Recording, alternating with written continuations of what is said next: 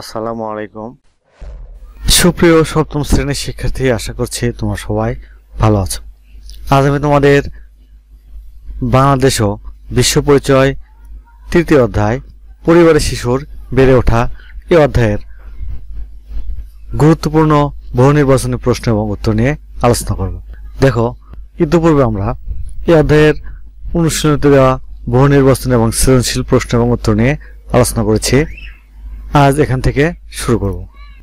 শিশুর বেড়ে ওঠার প্রথম সূতিকাগার কোনটি? পরিবার। কিসের মাধ্যমে শিশুর প্রথম সামাজিকীকরণ শুরু হয়? পরিবারের মাধ্যমে।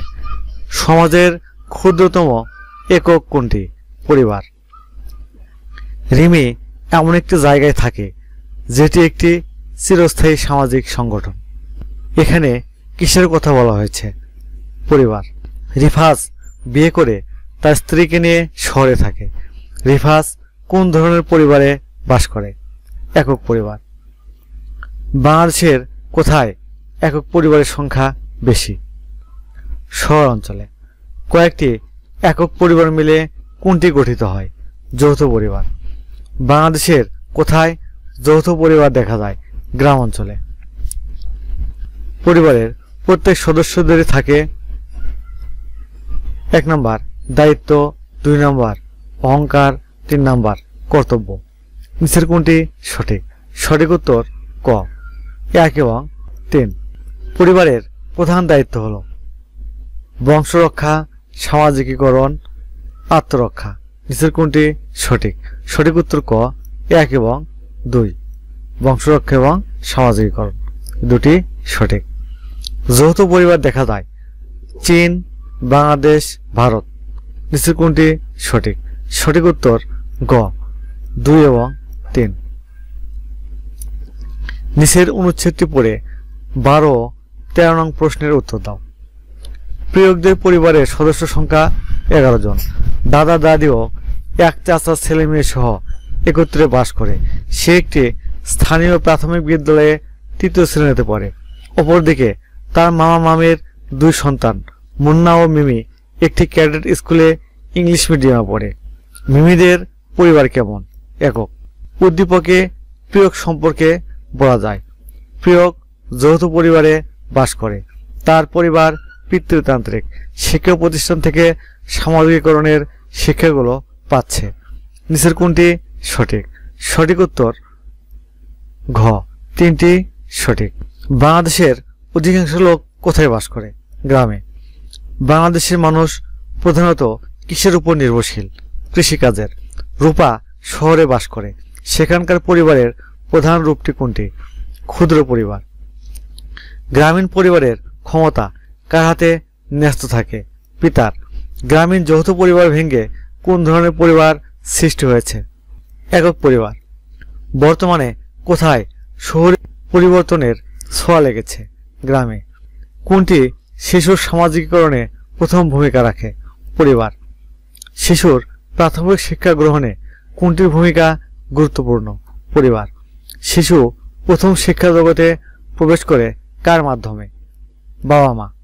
বাংলাদেশের ধর্মপ্রাণ মানুষ কোন বিষয়ে সজাগ থাকে? শিশুর ধর্মীয় শিক্ষা। রিশাদ একটি মাদ্রাসায় পড়াশোনা করে। সে ধর্মীয় মূল্যবোধ ও নৈতিকতা সম্পর্কে ধারণা পায় কার কাছ থেকে? পরিবার। ক্ষুদ্র পরিবারের প্রধান সমস্যা হল 1 নম্বর জনসংখ্যা, 2 নম্বর সীমিত আয়, 3 নম্বর বাসস্থান সমস্যা। সঠিক উত্তর গ, 2 এবং 3 দুটি সঠিক। শহুরে পরিবারের নেতৃত্ব ন্যস্ত থাকে স্বামীর হাতে, স্ত্রীর হাতে, বাবার হাতে। সঠিক উত্তর ক, 1 এবং 2। একক পরিবার সৃষ্টির কারণসমূহ হল অধিক জনসংখ্যা, পারিবারিক দ্বন্দ্ব, বিবাহ বিচ্ছেদ। নিচের কোনটি সঠিক? সঠিক উত্তর ঘ, 3টি সঠিক। কার মাধ্যমে শিশুর শিক্ষণ প্রক্রিয়া শুরু হয়? পরিবারের সদস্যদের, শিক্ষকের, পিতামাতার। নিচের কোনটি সঠিক? সঠিক উত্তর খ, 1 এবং 3। চাকরিজীবী পিতামাতা শিশুদের লালন পালন করছে বেবি হোমে, শিশু সদনে, ডে কেয়ার সেন্টারে। নিচের কোনটি সঠিক? সঠিক উত্তর 1 এবং 3। পারিবারিক আচার আচরণিক সম্পর্কের মধ্য দিয়ে শিশুর বিভিন্ন গুণগুলো হলো সহযোগিতা, সহিষ্ণুতা, সহমর্মিতা। নিচের কোনটি সঠিক? সঠিক উত্তর ঘ, 3টি সঠিক। শিশুর জীবনে সামাজিকীকরণের ফলে জাগ্রত হয় সামাজিক নীতিবোধ, নাগরিক চেতনা, ভ্রাতৃত্ববোধ। নিচের কোনটি সঠিক? সঠিক উত্তর ঘ, 3টি সঠিক। শিশুর ভাষা শিক্ষার প্রথম মাধ্যম? সঠিক উত্তর মা। প্রধানত পরিবারের জন্য উপার্জন করে কে? বাবা। পিতামাতার যেসব বিষয় শিশুর সামাজিকীকরণে প্রভাব বিস্তার করে তা হল স্বতন্ত্র আচরণ, শাসন, মূল্যবোধ। সঠিক উত্তর গ, 2 এবং 3, দুটি সঠিক।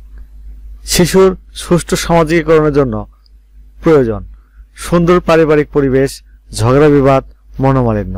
সঠিক উত্তর ক, সুন্দর পারিবারিক পরিবেশ।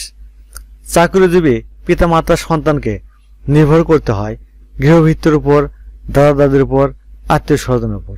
নিচের কোনটি সঠিক? সঠিক উত্তর ক, 1 এবং 2। নিচের অনুচ্ছেদ পড়ে 43 ও 44 নং প্রশ্নের উত্তর দাও। অর্পণ ছোটবেলা থেকে আচার ব্যবহার, কথাবার্তা, চলাফেরা প্রভৃতি তার পিতামাতা বা পরিবারের কাছ থেকে, খেলার সাথীদের কাছ থেকে, তার স্কুল থেকে শিখেছে। এভাবে সামাজিকীকরণ প্রক্রিয়ার মাধ্যমে অর্পণ শিশু থেকে ব্যক্তিত্বপূর্ণ সামাজিক মানুষে পরিণত হয়েছে। অর্পণের ব্যক্তিত্বপূর্ণ মানুষে পরিণত হওয়ার গুরুত্বপূর্ণ মাধ্যম হিসেবে কোনটি কাজ করেছে? পরিবার। অর্পণের ক্ষেত্রে কি ঘটেছে? সুষ্ঠু সামাজিকীকরণ। অর্পণের মতো প্রতিটি মানুষের ক্ষেত্রে সামাজিকীকরণে উক্ত মাধ্যমটির ভূমিকা হচ্ছে খাওয়া দাওয়ার আদব শিক্ষা, আচার আচরণ শিক্ষা, নৈতিক শিক্ষাদান। নিচের কোনটি সঠিক? সঠিক উত্তর খ, 2 এবং 3। সুপ্রশিক্ষার্থী, আজ তাহলে এখানে শেষ করছি। তোমরা এখনো যারা সোহান অনলাইন স্কুল চ্যানেলটি সাবস্ক্রাইব করোনি তারা প্লিজ সাবস্ক্রাইব করবে এবং ভিডিওতে লাইক দিয়ে দেবে। আল্লাহ হাফেজ।